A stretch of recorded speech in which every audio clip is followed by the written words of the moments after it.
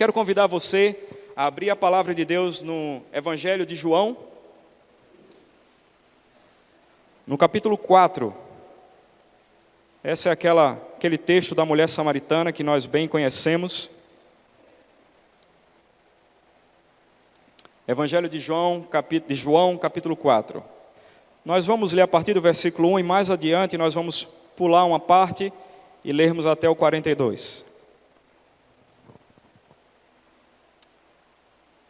Diz assim a palavra do Senhor. João, capítulo 4, versículo 1 em diante.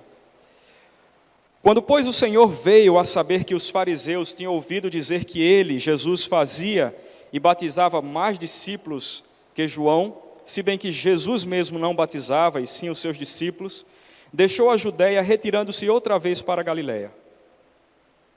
E era-lhe necessário atravessar a província de Samaria.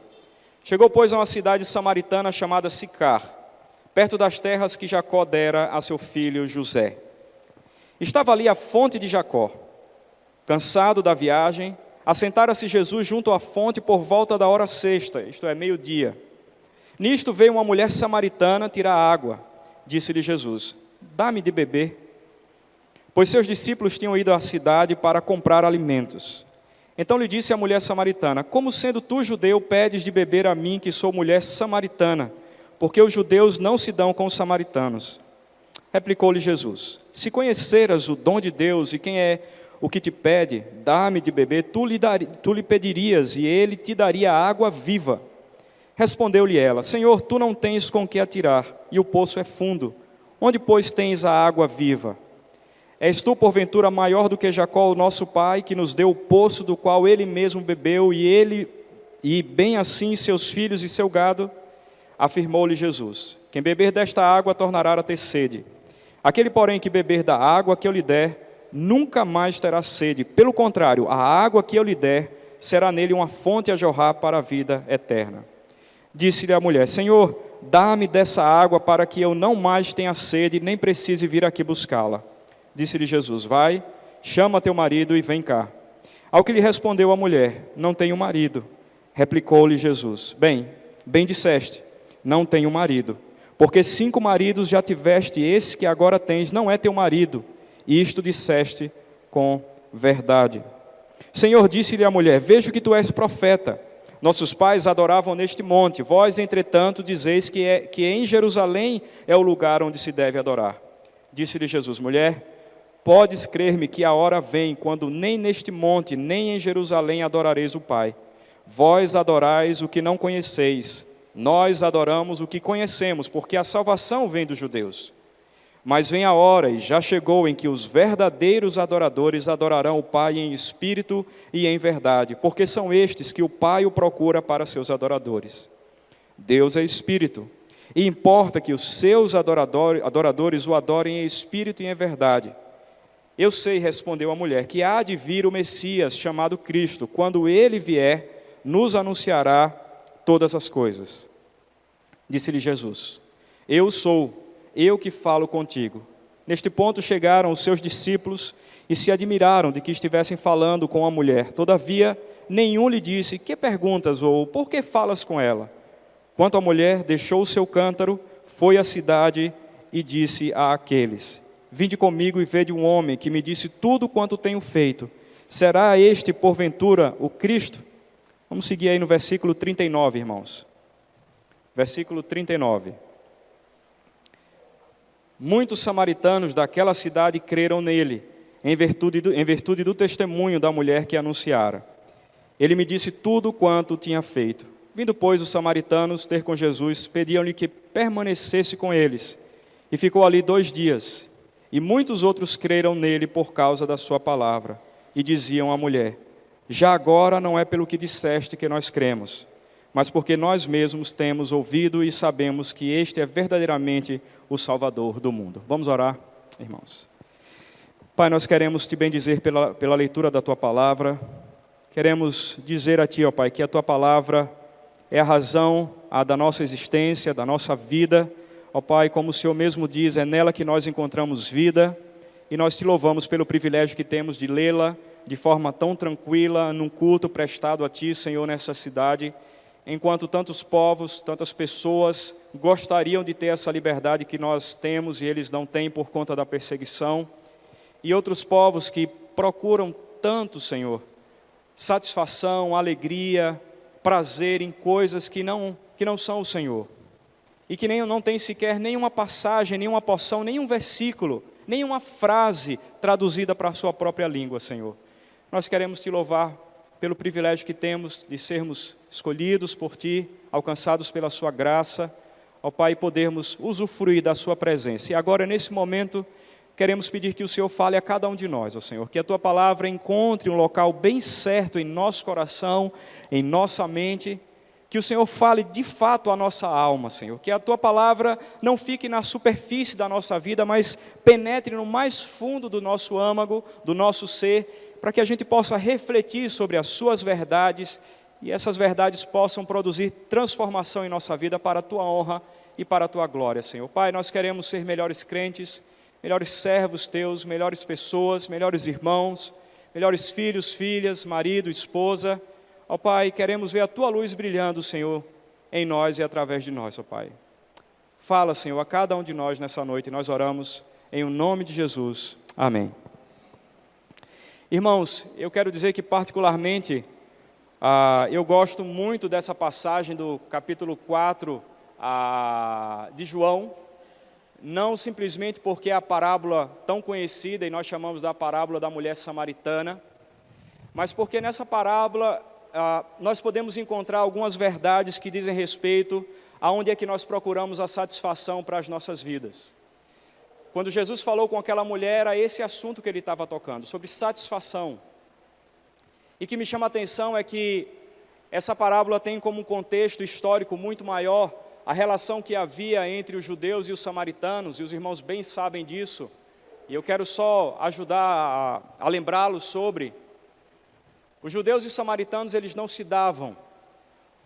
Os samaritanos, eles só tinham os 5 primeiros livros da Bíblia, o conhecido como Pentateuco. E os judeus, eles tinham o Pentateuco e também os livros dos profetas. Não só isso, os judeus, eles adoravam em Jerusalém e os samaritanos adoravam em Gerizim. Enquanto os samaritanos diziam, aqui em Gerizim é o centro de adoração a Deus, os judeus diziam, não senhor, é aqui em Jerusalém. Quando os judeus olhavam para os samaritanos, eles olhavam como impuros. Olha, vocês não são judeus puros. O rei da Assíria, quando invadiu a região, tomou Israel e misturou todos vocês, e vocês não são puros. Então, vocês não podem dizer que vocês são povo de Deus como a gente. De certa forma, havia uma barreira enorme entre os judeus e samaritanos, basicamente pela questão de ser puro ou não ser puro. Os judeus se consideravam puros, enquanto os samaritanos eram vistos como impuros. Mas um pouco antes desse episódio, os samaritanos, certa ocasião, jogaram ossos no templo no período da Páscoa, lá em Jerusalém, e isso fez com que os judeus não pudessem, naquele ano, celebrar a Páscoa. E por conta desse fato histórico, não só a questão étnica, de judeus serem puros e os samaritanos serem impuros, mas também por tudo que os samaritanos representavam para os judeus no que diz respeito à contaminação do templo que tinha acontecido anos antes desse episódio. É interessante porque o povo judeu, quando se referia aos samaritanos, eles chamavam não só de impuros, mas diziam que aqueles que sentam com os samaritanos é como se estivesse comendo comida com os porcos. Então, a gente tem que levar em consideração que essa conversa de Jesus com essa mulher tinha tudo isso implícito, e não só isso. Jesus estava conversando com a mulher, que também é uma coisa extremamente improvável de acontecer. Interessante porque, quando nós chegamos para trabalhar com o povo Rúpida, algo que nos chamou a atenção é que você não vai encontrar um homem sentado do lado de uma mulher, se não for sua esposa. Homens conversam com homens e mulheres conversam com mulheres. Naquela época era exatamente a mesma coisa.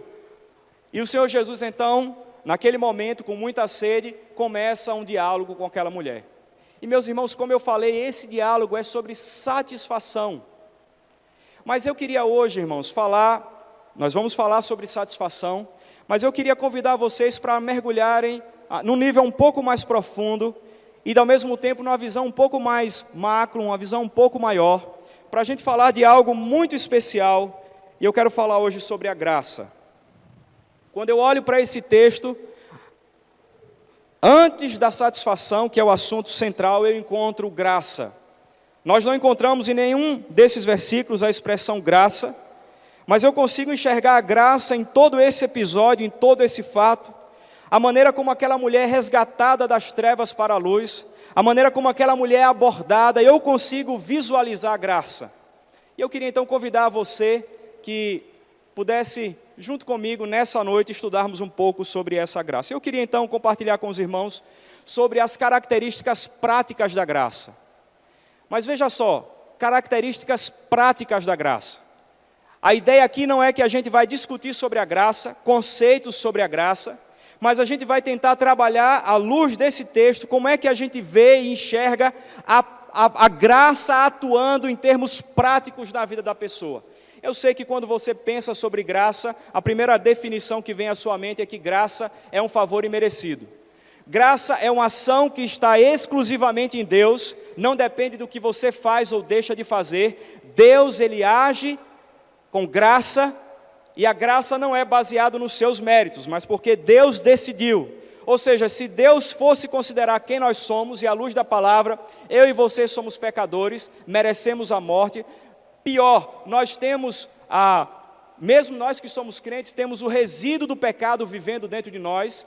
O poder do pecado foi quebrado sobre as nossas vidas, mas nós ainda convivemos com ele dentro de nós. Nós não somos perfeitos, um dia seremos glorificados, aperfeiçoados, mas todo ser humano nasce no pecado. Na verdade, todo ser humano é concebido no pecado, ainda no ventre da sua mãe ele é pecador. Quando a gente perde essa verdade essencial do Evangelho, a gente fica sem poder conciliar de forma equilibrada o que a palavra de Deus nos ensina. Quando a gente fala sobre graça, é essa ação amorosa de Deus, misericordiosa sobre nós, mesmo sem a gente merecer. Mas eu não queria trabalhar conceitos, mas as características da graça. A primeira coisa que eu observo aqui, meus irmãos, em termos de características da graça, e os irmãos não se assustem no que eu vou falar, eu vou explicar, é que a graça de Deus, ela é uma graça violenta. Não se assustem, mas a graça é uma graça violenta.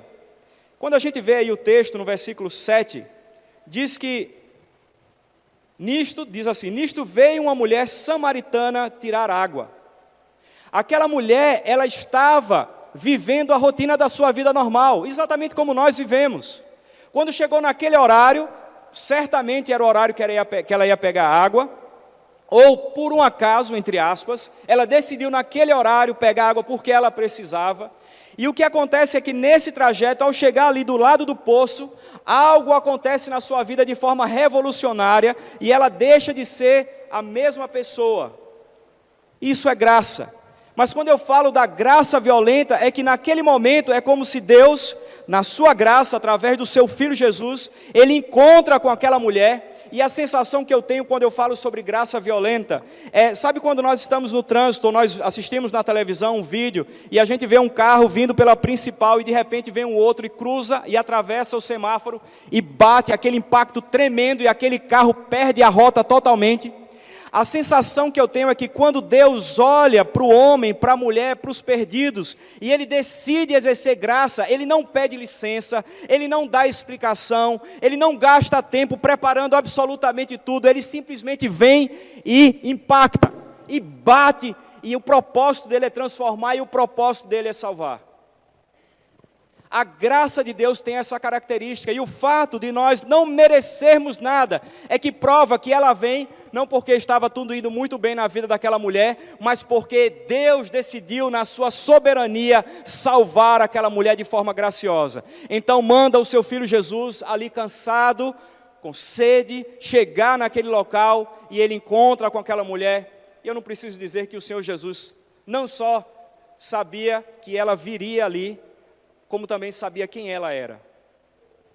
Quando Deus ele olhou para mim e para você, Ele não olhou o fato de você ter nascido nessa ou naquela família, Ele não olhou que você tinha uma tendência a fazer coisas boas, mas Ele olhou para mim e para você dizendo, é um pecador, merece o inferno, mas eu quero ser gracioso com ele. E essa graça de Deus, ela vem repentinamente em nossa vida, sem que a gente perceba, e quando a gente se dá conta, Deus já fez a obra e Ele nos transformou. Eu lembro de Paulo, ali no capítulo 9 de Atos, no versículo 3. Atos 9, 3, se você puder, pode abrir. Atos 9, 3. E os irmãos lembram dessa passagem quando Paulo está ali munido de todas as cartas da sua liderança, os líderes religiosos, e ele está indo para Damasco para perseguir os cristãos, e ali certamente prender uns, entregar outros, e ele diz assim, aqui, versículo 3 do capítulo 9 diz assim: seguindo ele estrada fora, ao aproximar-se de Damasco, subitamente uma luz do céu brilhou ao seu redor. Se vocês imaginassem, talvez aqui de maneira mais clara do que aquela mulher, aos nossos olhos, o que acontece é que Deus, numa ação graciosa, subitamente muda o curso da vida de Paulo, aparecendo a ele. Meus irmãos, essa característica violenta da graça é algo tão tremendo e tão rico, porque nós somos tirados da rota permanentemente. Vai tudo bem, somos tirados da zona de conforto. Vai tudo bem, a doença chega. Vai tudo bem, o problema vem. Vai tudo bem, perdemos o emprego. Vai tudo bem e alguma coisa acontece. É como se nós estivéssemos caminhando e fazendo a nossa rotina diária e de repente, subitamente, as coisas mudam. E isso não acontece somente com aquelas pessoas que não conhecem a Deus, mas comigo e com você da mesma forma. A graça nos impacta violentamente, muda a nossa rota e nós olhamos e pensamos, que caos que aconteceu agora. Agora tudo vai ser difícil. E agora como é que eu vou ficar sem dinheiro? Irmãos, vamos orar, culto de oração, vamos pedir a Deus que Ele me dê um emprego porque está ruim demais. Quando a gente fala sobre a violência da graça, é para que a gente também comece a refletir que as coisas que acontecem em nossas vidas não necessariamente são ruins, mas pode ser que Deus esteja de maneira muito forte com a sua mão sobre o que está acontecendo comigo e com você. Eu fico imaginando Paulo naquele episódio, quando ele vê aquela luz do céu brilhar, e ali obviamente, num momento espetacular na sua vida, como ele foi impactado, um homem que estava indo para prender os cristãos, talvez levá-los para a condenação e serem mortos, aquele homem é alcançado pela graça de forma violenta e tudo muda. Pode ser, irmãos, que as coisas que aconteçam ou estejam acontecendo na minha e na sua vida, pode ser que essas coisas sejam expressão dessa graça violenta, que nos impacta, que nos quebra, que nos muda, que vem mexer com tudo e nós não conseguimos enxergar e nem compreender o que está acontecendo, mas é graça. É interessante porque quando a gente lê a palavra de Deus, um dos maiores desafios que nós temos, eu e você, é pegar os óculos que Deus nos oferece através da sua palavra, para que nós possamos enxergar o mundo como Deus quer que a gente enxergue.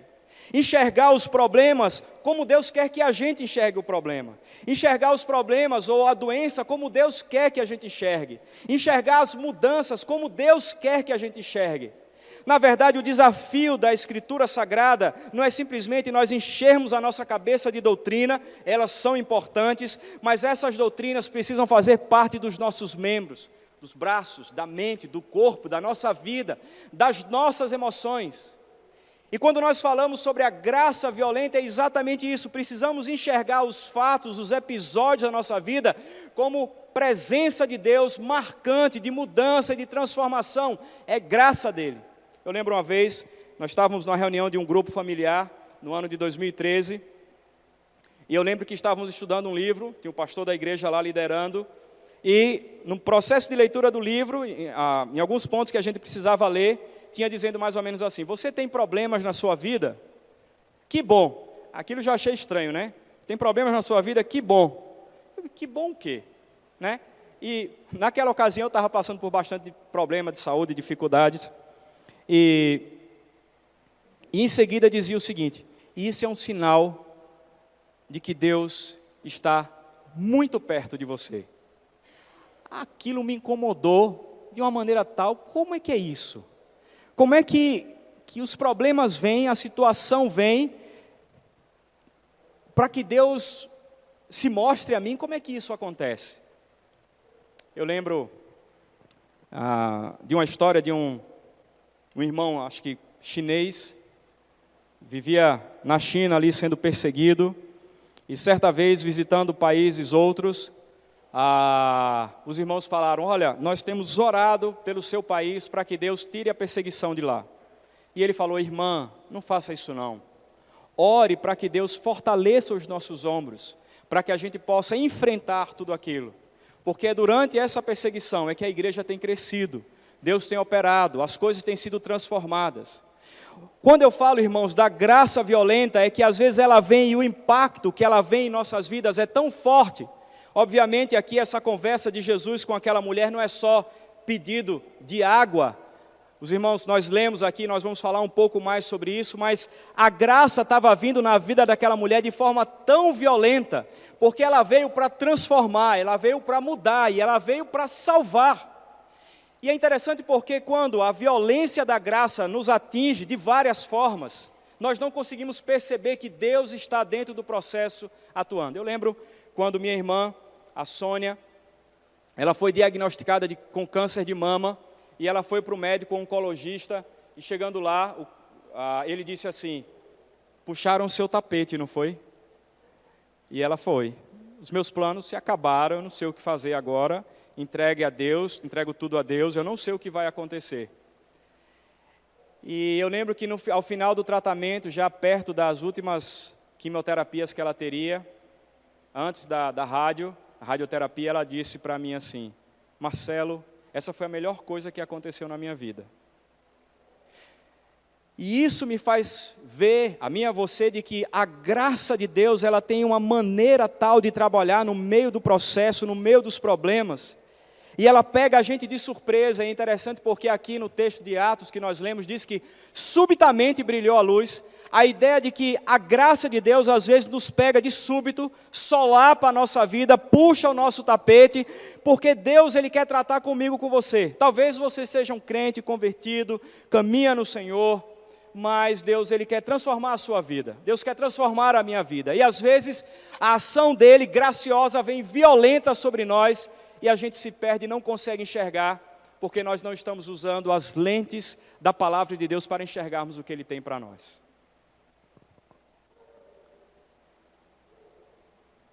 Nesse texto, irmãos, eu vejo que a graça, ela não é só violenta, e lembrem que eu estou trabalhando no aspecto prático da graça, características da graça, mas de forma prática.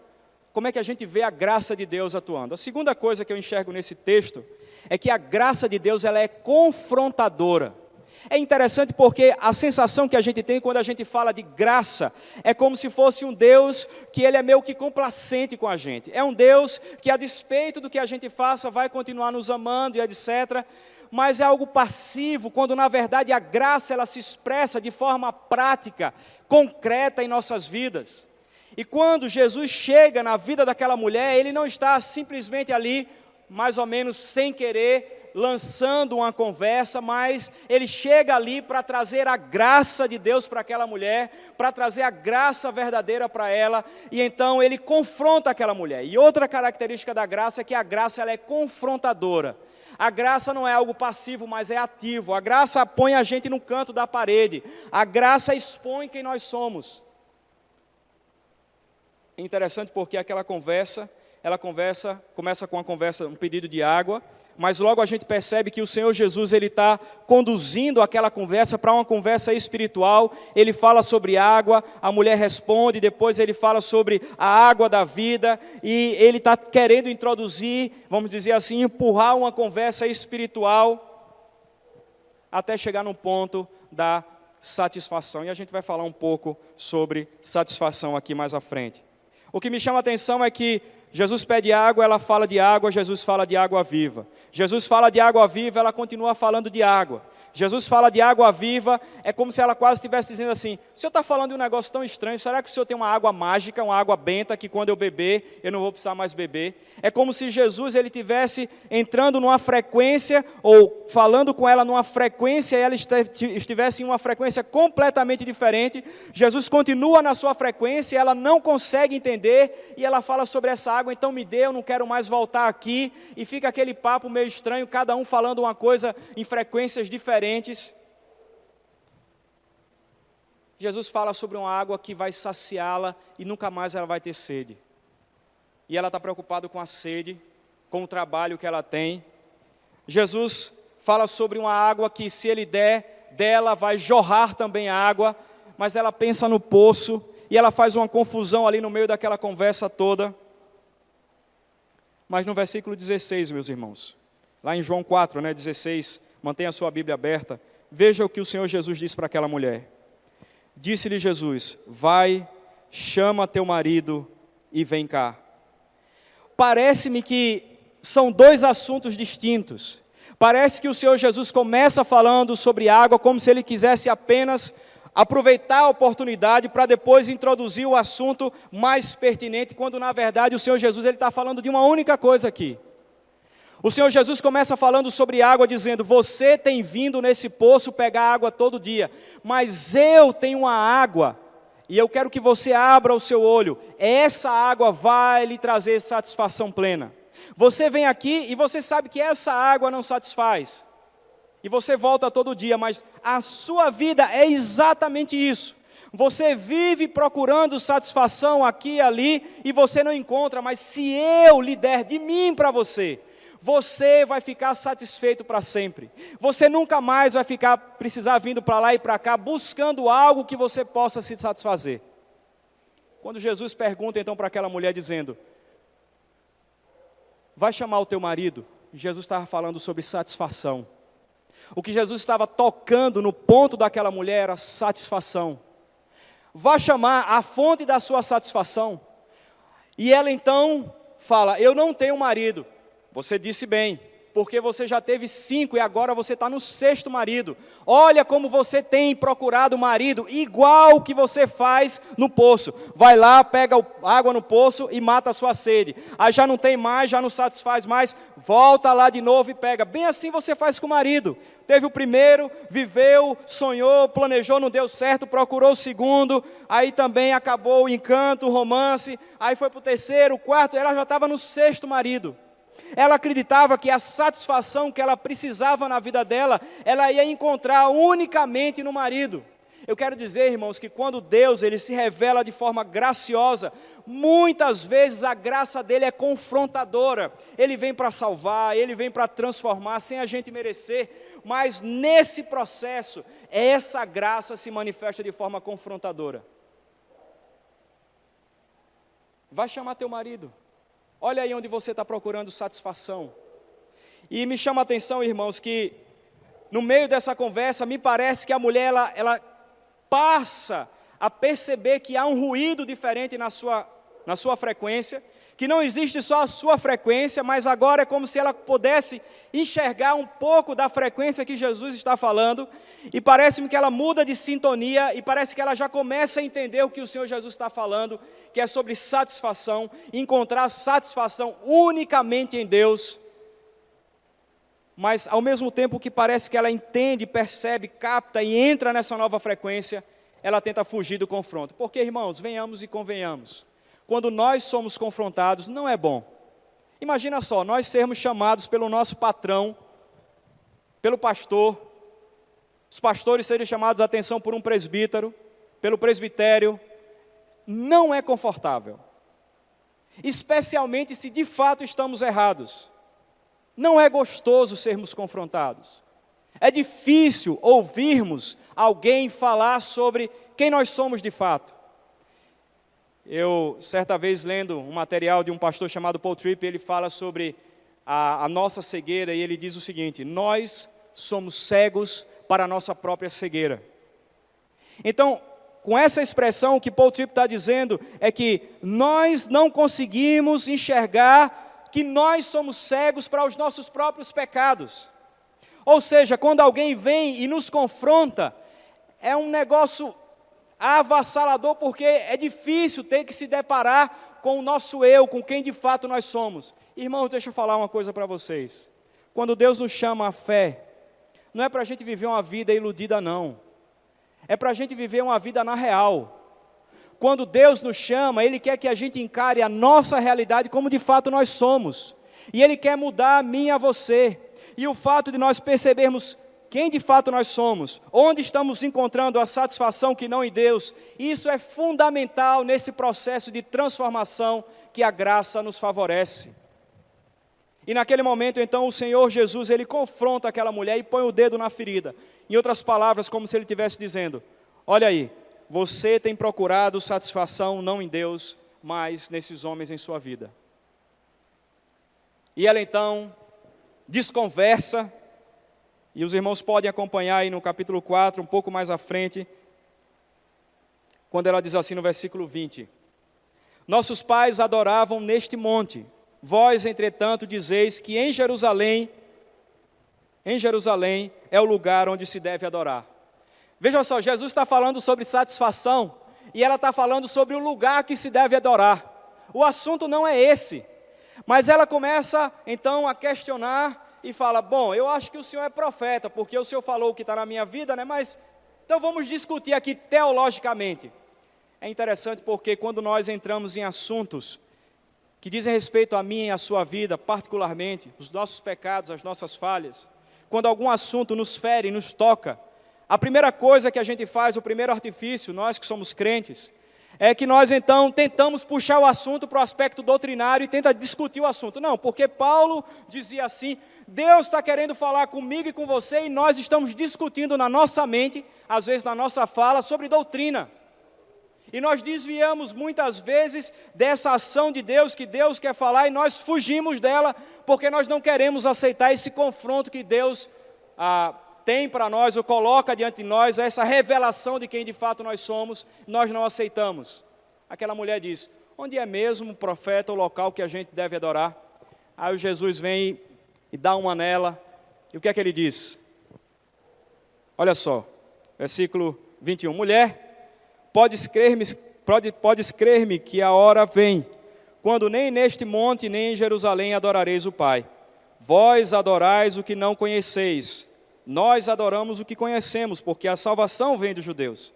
Mas vem a hora, e já chegou, em que os verdadeiros adoradores adorarão o Pai em espírito e em verdade, porque são estes que o Pai procura para seus adoradores. Geralmente nós lemos esse versículo, especialmente o versículo 23, nós lemos sempre fora do contexto. E nós consideramos que adorar a Deus em espírito e em verdade é você vir para o culto, se preparar e estar concentrado, adorando de fato a Deus, buscando a Ele com sinceridade naquele momento, louvando, querendo prestar atenção na palavra dEle. Mas, irmãos, dentro desse contexto, é muito mais amplo do que isso. Quando o Senhor Jesus traz a ideia de que o Pai está procurando verdadeiros adoradores que adorem o Pai em espírito e em verdade, à luz desse texto, dessa passagem, é como se Jesus estivesse dizendo àquela mulher: Deus está procurando pessoas que encontram a satisfação para a sua vida unicamente em Deus e mais nada. Você está perguntando para mim, mulher, onde é que se deve adorar? Que lugar é? Eu digo para você que não importa o lugar, mas se nós queremos adorar de fato a Deus, nós devemos encontrar satisfação unicamente nele. Adorar a Deus em espírito e em verdade significa aqui ter a Deus como aquilo que satisfaz a mim e a você completamente. Tendo Ele, não precisamos de mais nada, nem de dinheiro, nem de roupa, nem de carro, nem de casa, nem de status, nem de nome, nem de conhecimento bíblico, intelectual, nada, precisamos unicamente dEle. Esses são os verdadeiros adoradores, que encontram satisfação somente em Deus, que não procuram satisfação nas pessoas, acreditando que se as pessoas receberem a mim e a você, nós seremos as pessoas melhores desse mundo. Se as pessoas baterem no nosso ombro, reconhecendo o nosso serviço na casa de Deus, isso então traz dignidade para mim e para você, e paz e tranquilidade, ou seja, a nossa satisfação está em que o outro fique satisfeito com a gente. Ou a nossa satisfação está no dinheiro que nós guardamos durante anos e que nos dá conforto, ou seja, a satisfação está em ter esse conforto e essa tranquilidade de que o dinheiro que está guardado, ele vai garantir o meu futuro. Se eu ficar doente, se meu filho ou minha filha, se a minha família, alguém precisar, eu tenho esse recurso. Adorar a Deus em espírito e em verdade é encontrar satisfação unicamente em Deus. E essa mulher, então, ela continua falando e diz o seguinte. Vejam aí, irmãos. Versículo 25. Diz assim: Eu sei, respondeu a mulher, que há de vir o Messias, chamado Cristo. Quando ele vier, nos anunciará todas as coisas. Agora ela chega para Jesus e fala, olha, vai chegar um tempo, ela começou falando de um lugar, que lugar a gente deve orar, e ela falou, olha, é o seguinte, o senhor é profeta, eu sei, a gente está esperando o Cristo, quando ele chegar, no tempo dele, então as coisas vão ser melhor esclarecidas e tudo vai bem. É interessante, irmãos, porque muitas vezes a gente quer protelar a ação de Deus em nossa vida e a gente pensa, não, quando aquilo acontecer, aí eu vou me entregar a Deus completamente. Quando eu alcançar isso, eu vou fazer aquilo outro. E então ela chega para Jesus e diz, olha, quando o Messias vier, aí então a gente vai resolver essa situação toda. Quando o Messias vier, ele vai falar de maneira tão clara que eu não vou ter dúvida nenhuma e eu vou me render aos pés dele, ponto final. E o Senhor Jesus fala, eu sou eu o Messias que está falando com você. Meus irmãos, quando essa graça nos confronta, nós encontramos de frente com o Senhor Jesus. Quando essa graça nos confronta, é como se o Senhor Jesus ele estivesse apontando o dedo para mim e para você e dizendo, eu sei quem é você, eu sei onde você tem procurado satisfação. Aquela mulher era religiosa como eu e você, a sensação que a gente tem é que aquela mulher samaritana, ela era alguém que não conhecia nada a respeito de Deus. Engano meu e seu, engano meu e seu, ela conhecia, olha a discussão dela, onde é mesmo que deve adorar? Essa era uma das discussões da época, teológicas. Outro assunto, a respeito do Messias, a primeira vinda do Messias ela está se referindo, nós falamos sobre a segunda vinda de Cristo. Ela era alguém religiosa, ela conhecia os ensinos de Moisés, o grande servo de Deus, ela sabia, ela conseguia discutir esses assuntos, mas ela procurava a satisfação dela não em Deus, mas no casamento, em homens, em pessoas. Meus irmãos, se a gente pudesse dividir tudo que existe no mundo, a gente poderia dividir o mundo em duas categorias básicas, o Criador e as coisas criadas. Essa é a maneira mais simples que nós cristãos temos para dividir o mundo. O Criador e todas as coisas que foram criadas por Ele. E as coisas que Deus criou, Ele criou para que fossem como que cartazes, panfletos, placas, que apontassem para cima dizendo, Deus existe, adorem a Ele. Mas nós, nesse mundo, passando por Ele, como eu e você estamos, nós olhamos para as coisas, e as coisas do mundo nos encantam. E ao invés de ler de fato o que está na placa dizendo, na criação de Deus, dizendo, Deus existe, Ele deve ser adorado, nós decidimos colocar outra coisa no lugar dele. E aí, se existem duas categorias apenas, a gente vai colocar coisas criadas no lugar de Deus. Foi o que essa mulher fez, irmãos. Ela colocou homens na sua vida na expectativa de que se eu tiver um homem perfeito, eu vou ser a melhor pessoa do mundo. Deixa eu falar para você uma coisa a respeito de casamento. Esse homem que está do seu lado, ou que está em casa, ou essa mulher que está aqui com você, ou que está em casa, essa mulher não é perfeita e nunca vai ser perfeita. Esse homem, ele nunca vai ser perfeito nem é perfeito. Eu e a Cláudia somos casados e ela sabe que eu não sou perfeito. Ela sabe que possivelmente eu vou decepcioná-la, porque eu sou pecador. O que se espera de uma pessoa pecadora como eu e você é decepção, de fato. Nós vamos decepcionar as pessoas vão nos decepcionar. Quando a gente coloca a expectativa do nosso futuro, da nossa vida no nosso cônjuge, nós estamos fadados ao fracasso. Imagina só, duas pessoas se afogando e uma se segurando na outra, qual é o resultado? Mas quando nós nos seguramos em Cristo, as coisas mudam.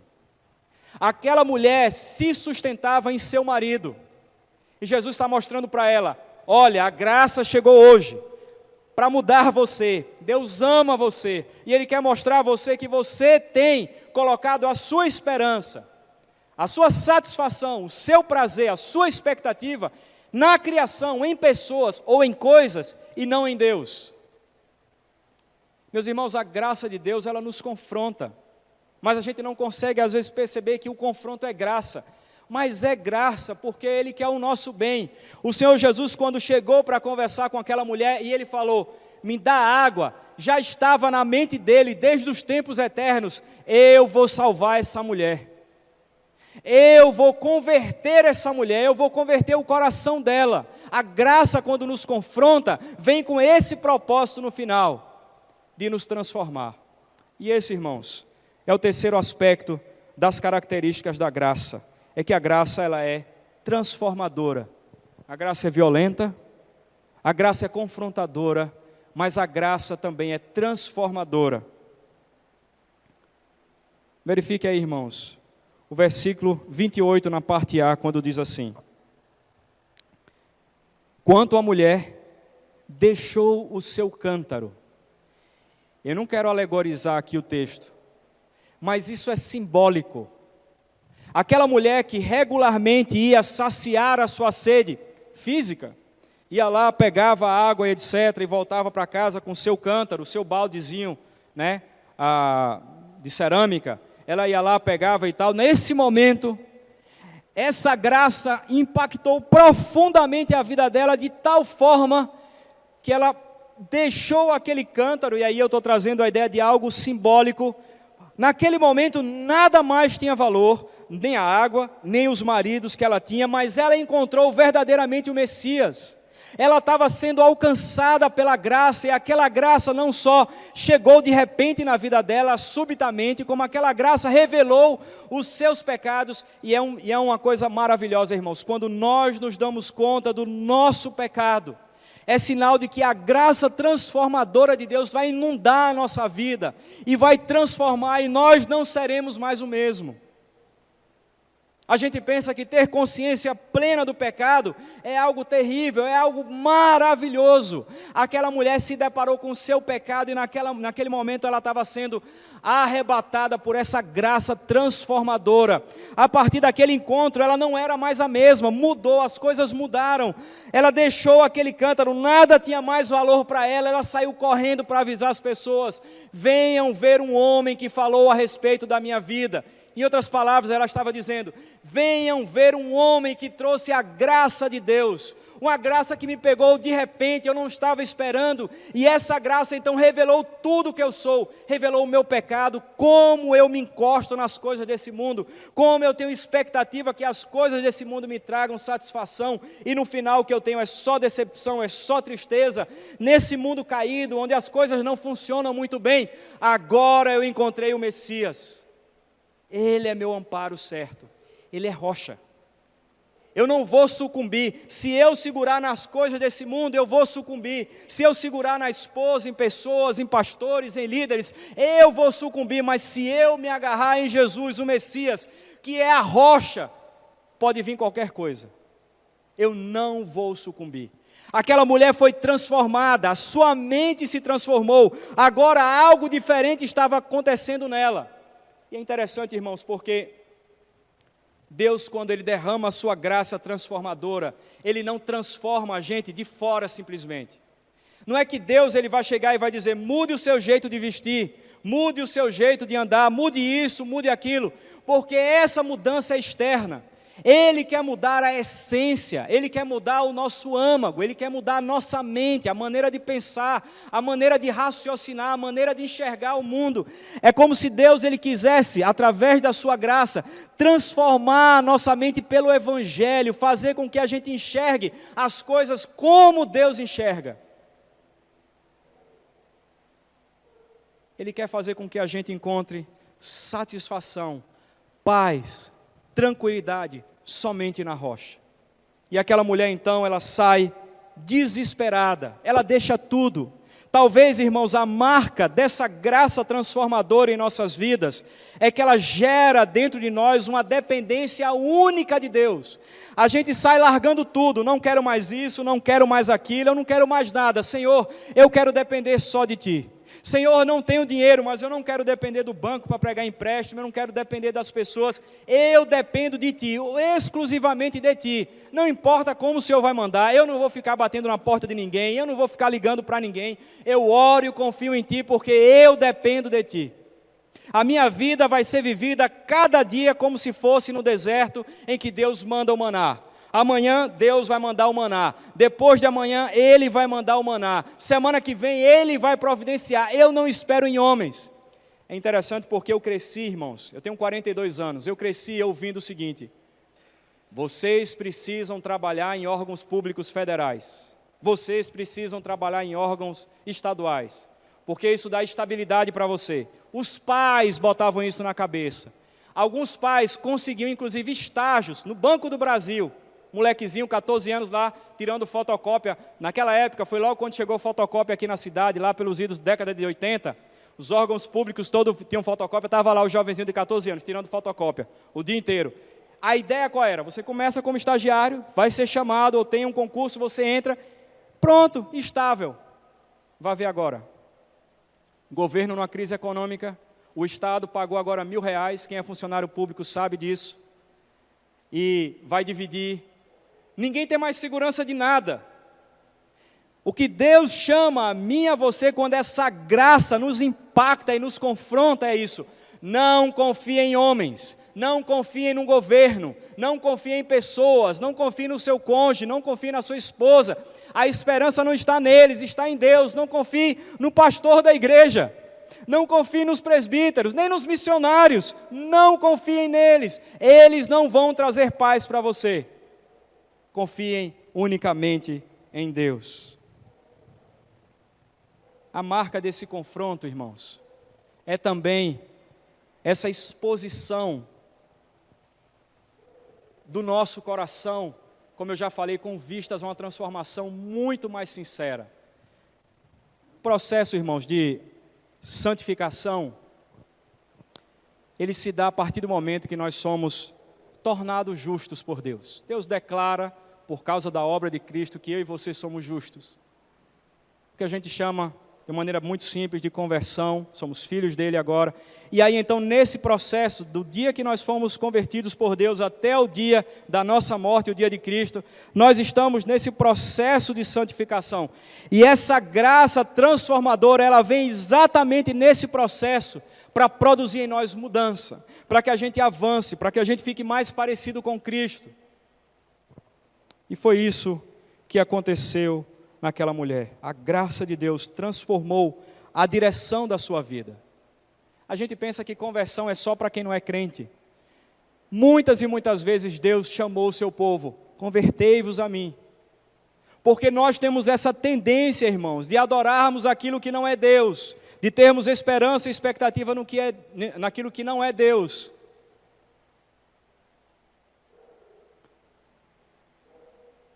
Nesse processo de santificação, de transformação, Deus vai nos purificando e transformando lentamente. E nesse processo, de forma graciosa, Ele traz situações que servem para transformar a minha mente, a sua mente, o meu coração e o seu coração. E aquela mulher que ia todo dia no poço pegar a sua água, viver a sua vidinha com o seu sexto marido, agora sai transformada, anunciando para as pessoas: venham cá, corram para ver Jesus, a rocha onde a gente deve se sustentar. Meus irmãos, era isso que eu queria partilhar com vocês, sobre as características práticas da graça. A primeira delas, como eu falei, essa graça é violenta, ela pega a gente subitamente e pode vir de qualquer maneira. Ela também nos confronta, expõe os nossos pecados, ela vem para nos transformar e fazermos mais parecidos com Cristo. Eu queria então concluir trazendo algumas reflexões para a minha e para a sua vida, irmãos. E eu já falei, é só para a gente se lembrar. A primeira coisa que eu queria falar para vocês, e para mim também, é que essa graça violenta de Deus, que toma a gente, arrebata a gente, solapa a gente, encontra a gente, que muda a nossa rota, ela vem para nos confrontar, mas é para o nosso bem. Percebam que eu e você estamos na mão de Deus. Não há nenhuma possibilidade de nós sairmos das mãos dele. Não há. Não é por causa de mim e de você. É porque o próprio Jesus disse que aquele que o Pai deu para ele, ele nunca mais vai lançar fora. Não há. E quando vem um turbilhão de problemas, dificuldades, sofrimento, não se assustem. Certamente é essa graça de Deus que está alcançando você. A graça às vezes vem vestido de doença, vem vestido de dor, vem vestido de preocupação, de problemas, e Deus quer trabalhar comigo e com você, porque Ele quer transformar a mim e a você. A graça de Deus, que vem dessa forma diferente, violenta, confrontadora, é graça porque é para o nosso bem, é para nos transformar. A segunda coisa que eu queria falar é que a graça de Deus, quando ela nos impacta, ela faz isso para que a gente mude a frequência da nossa vida. Ou melhor, que a gente coloque os óculos corretos da palavra de Deus. Eu e você não podemos olhar o mundo com os olhos humanos. Nós temos que olhar o mundo com os olhos espirituais. Porque a verdade não é isso que nós vemos. Mas a verdade está naquilo que Deus vê e como Deus vê. E Deus vê tudo. E Deus convida a mim e a você a termos uma visão do mundo através da palavra dEle.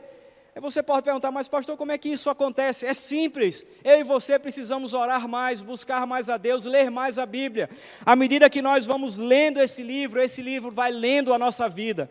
À medida que nós olhamos para Ele, nós enxergamos a nós mesmos, e Deus vai nos transformando. Deus vai fazendo a gente enxergar o mundo como Ele quer que nós enxerguemos. Isso acontece como? Através da palavra.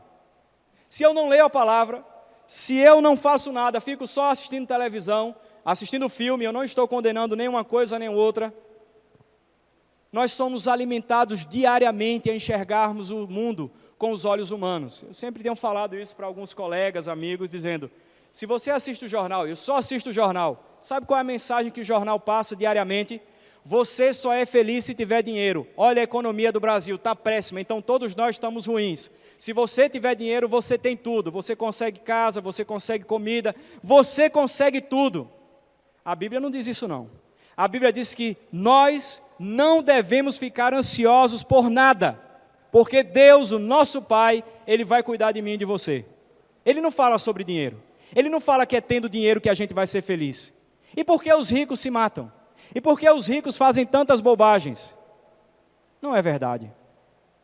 Deus, Ele convida a mim e a você a enxergarmos o mundo através das Escrituras. E muitas vezes isso vem através dessa graça, com fatos que acontecem em nossa vida, e Deus realinha a nossa visão, muda a nossa frequência, e a gente começa a enxergar. Vocês já se depararam com pessoas que viviam uma vida normal no Evangelho, e de repente, você percebeu que ela ora mais, você encontra com ela, ela fala mais sobre Deus, aí você faz aquela piadinha, rapaz, mas tu tá é crente, né? Olha aí, toda hora quer orar. Meus irmãos, isso deveria ser o normal, mas a gente se surpreende. Ô irmão, a gente está aqui batendo papo, você já quer orar? Calma, espera aí, cada coisa no seu lugar.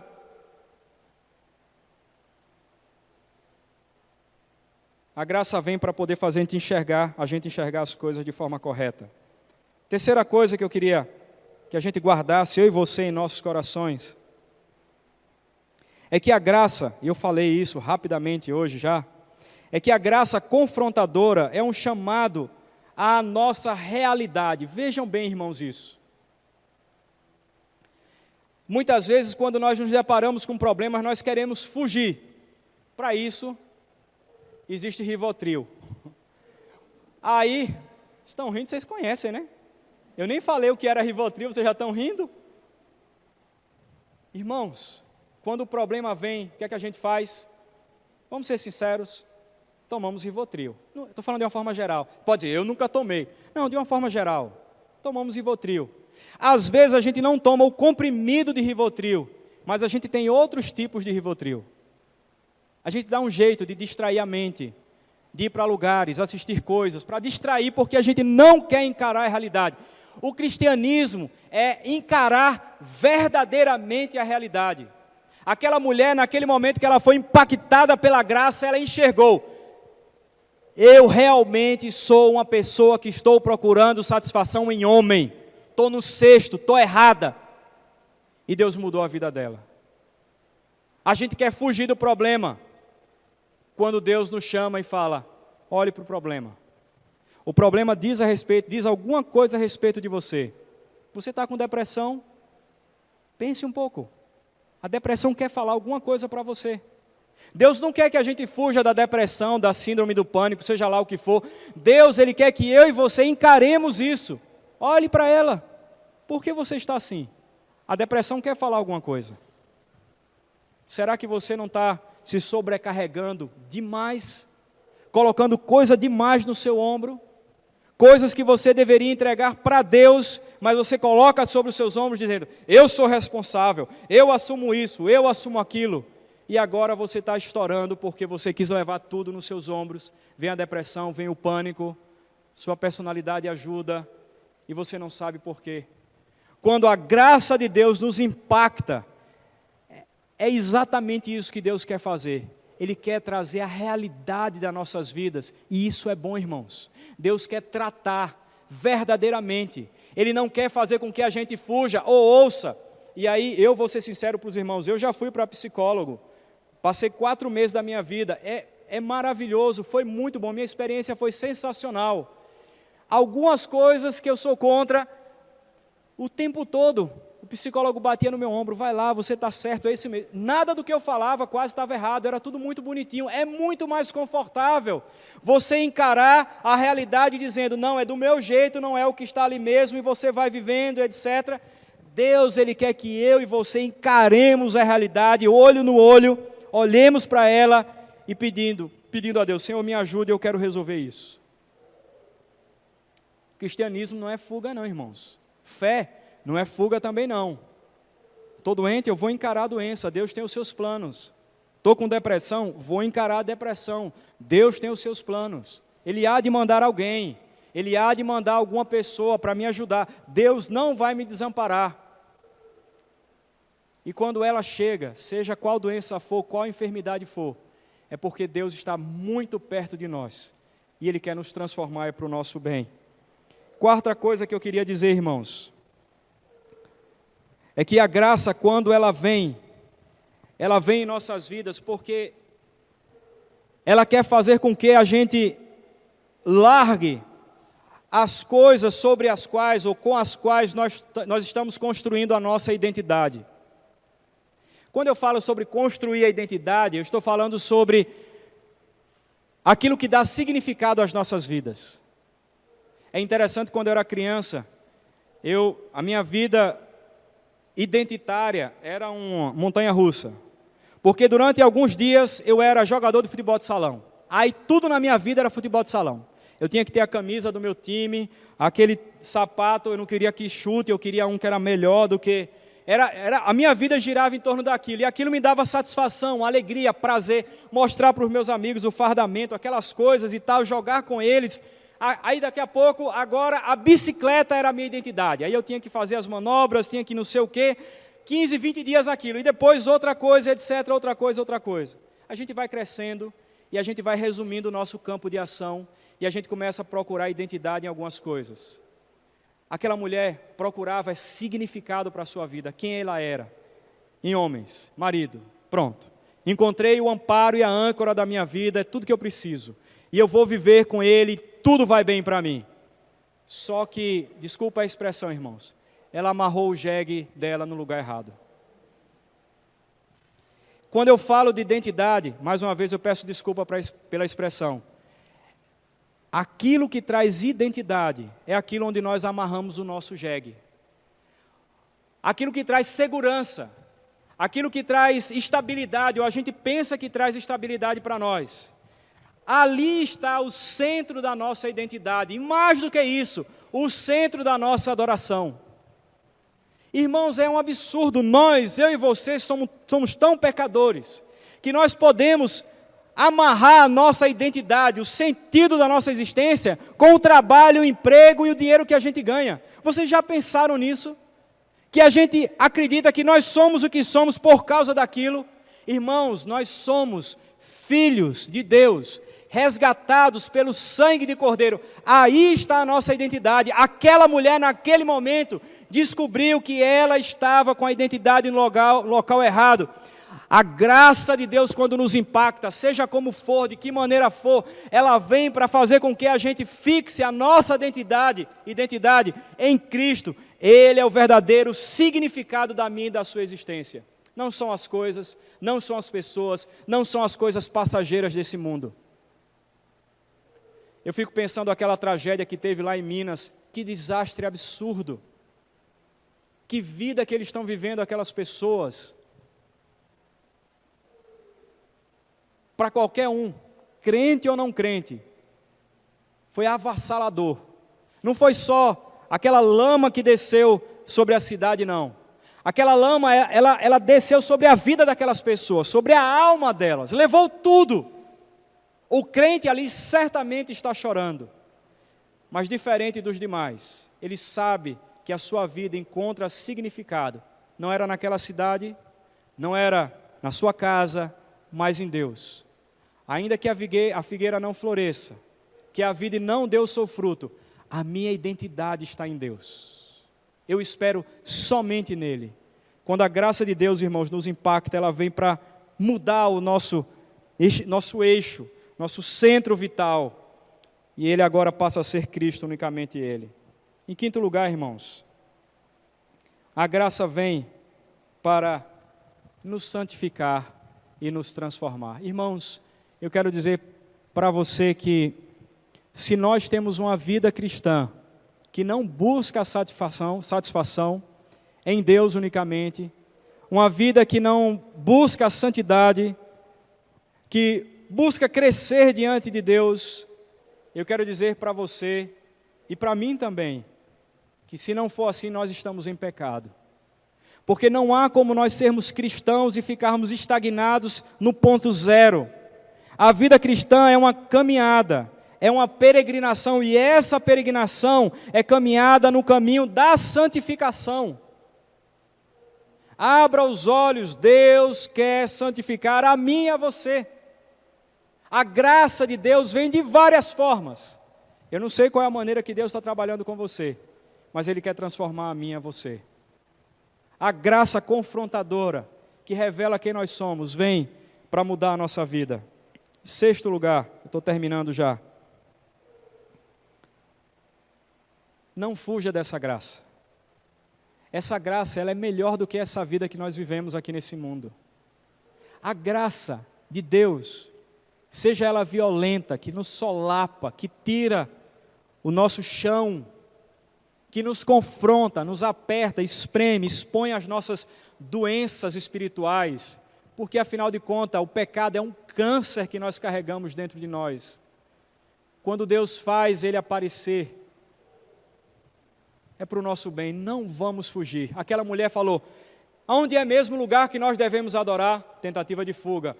Quando chegar o Messias naquele tempo, tentativa de fuga. Não fuja da graça de Deus. Ele quer o melhor para mim. Mas pastor, se. Ele quer que a gente acabe com esse si pela graça dele. Temos que acabar com isso.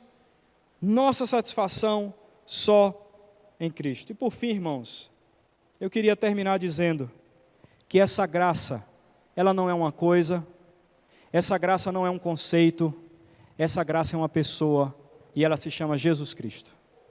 Eu quero dizer para você que quando Jesus ele impacta as nossas vidas, trazendo, eu vou ser bem duro, doença, problema, confusão, é porque Ele quer nos transformar para a sua glória.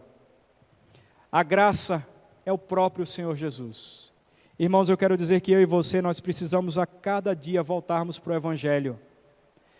Nós não temos que caminhar em ideias mirabolantes, teológicas, mas nós devemos viver o Evangelho puro e simples. E o Evangelho, eu sei que você lembra bem disso. Ele começa dizendo que eu e você somos pecadores miseráveis. E ele fala depois da graça. E ele fala depois de Cristo como caminho. E ele fala dessa salvação. O que Deus ele quer de mim e de você é que nós caminhemos nesse Evangelho puro e simples a cada dia. Reconhecendo que somos pecadores, precisamos dessa graça diariamente. Somos pecadores, precisamos dessa graça. Somos pecadores, precisamos dessa graça. Somos pecadores e precisamos dessa graça. E essa graça é Jesus Cristo. Que Deus nos abençoe e nos ajude a lidar com essa graça que é tão maravilhosa. Que Deus trabalhe e nos transforme até o dia de Cristo. Amém.